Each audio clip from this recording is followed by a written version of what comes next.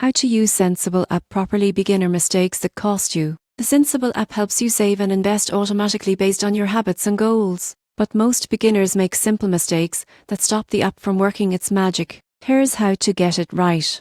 The first mistake is skipping goal setup. Centsible builds your savings and investment plan around specific targets like holiday fund, emergency savings, or long-term investing. Without setting goals, the app doesn't know how aggressively to allocate your money. Next, many users fail to link their main bank accounts. This prevents automatic roundups and recurring deposits from running smoothly. Connect your primary spending account so Centsible can analyze income and spending patterns accurately. Another mistake? Turning off automatic transfers out of fear of losing control. Remember, Censible's algorithms only move what you can safely afford. Trust the automation. It's designed to save without hurting your cash flow. Pro tip: review your savings progress monthly. Seeing your money grow reinforces consistency, which is the secret to lasting results. And here's a surprising truth: small, automated savings of just 3 a day can add up to over 10 a year, without you even noticing. Used properly, the Centsible app takes the stress out of saving and investing, helping you grow wealth quietly in the background, while you focus on life.